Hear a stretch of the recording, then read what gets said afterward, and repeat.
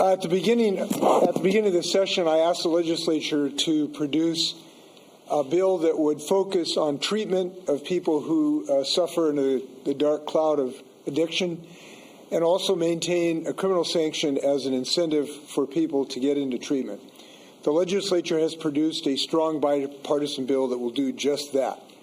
Senate Bill 5536 establishes a statewide policy regarding the possession and public use of drugs. It addresses the consequences of the Blake decision, and it strikes a sensible, a common sense, and effective policy between accountability and treatment.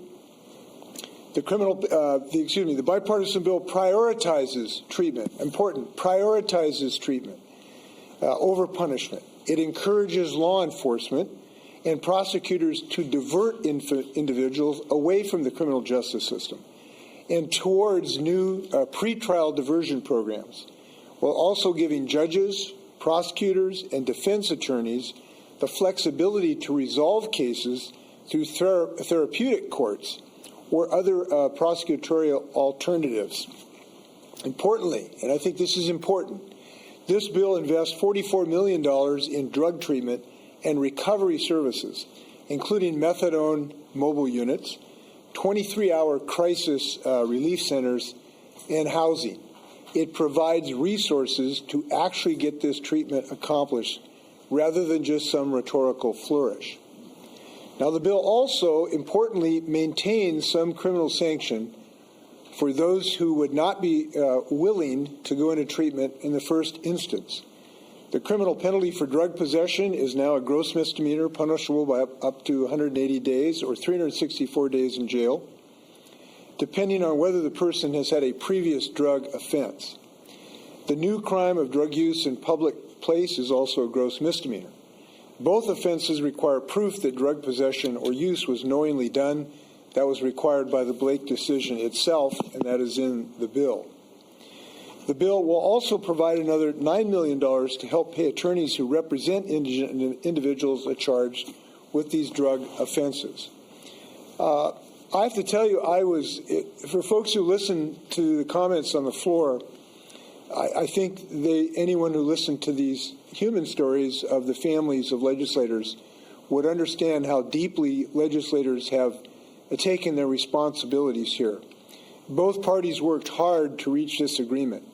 This is one of the, I think, more successful bipartisan efforts where people from both parties worked really diligently to find a solution, and I appreciate everyone who worked so hard on this.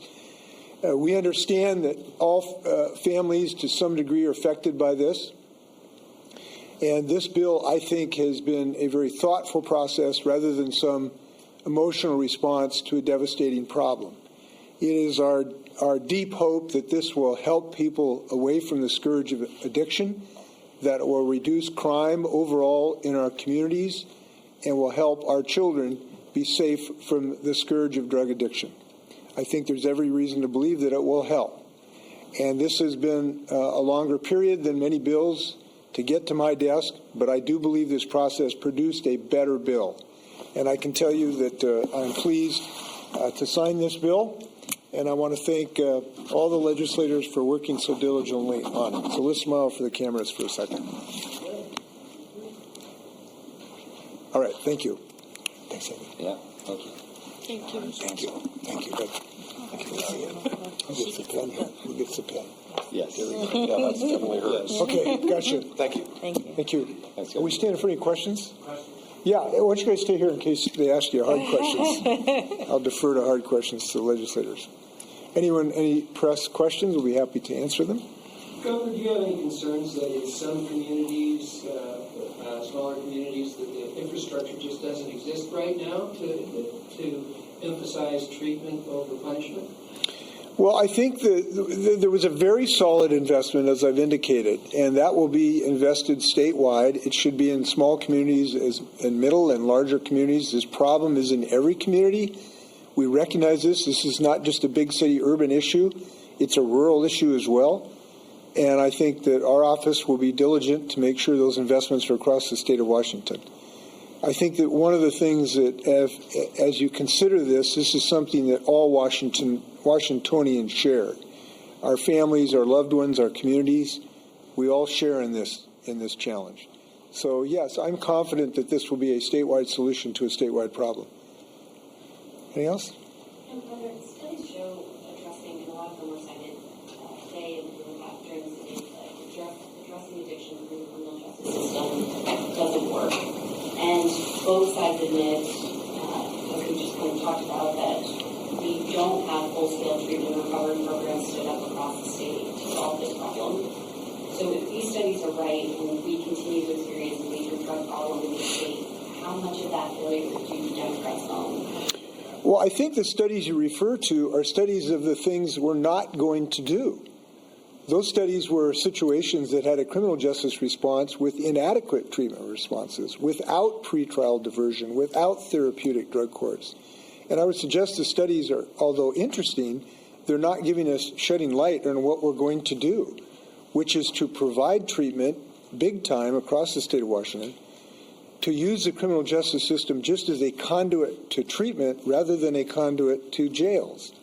This bill was not designed to fill our jails. It was designed to fill our treatment centers. And so I think those studies studied exactly the thing we're not going to do, which is to have a pipeline to more jail time in our state. So I think that this is on the beam, in my view, to be as effective as possible to get people into treatment. And I believe that for some folks, having that sanction to help them make that decision, not all folks, not the majority of folks, but some folks need a shove to get into treatment. And the reason is because these drugs have stolen the free will of these individuals. And we love them, and we care for them, and we grieve at what they go through. And they need our help. And so our goal is to get them that help. And if it takes a little nudge, I'm fine with that. So that's how I look at this issue. If it doesn't work, we'll be back. And now, listen, people need to, this is not going to solve the drug problem in the next 24 hours, the next several months. This is an enormous social problem. It affects the whole United States, not just the state of Washington. But I do believe it has every capability of improving this situation by getting thousands of people into treatment. I believe that's going to be a good thing. Anything else? Okay, thanks very much. Thank the legislators for working so hard. They're not getting any overtime at all. Thank you, Governor. Thank you. Thank you very much. Thanks.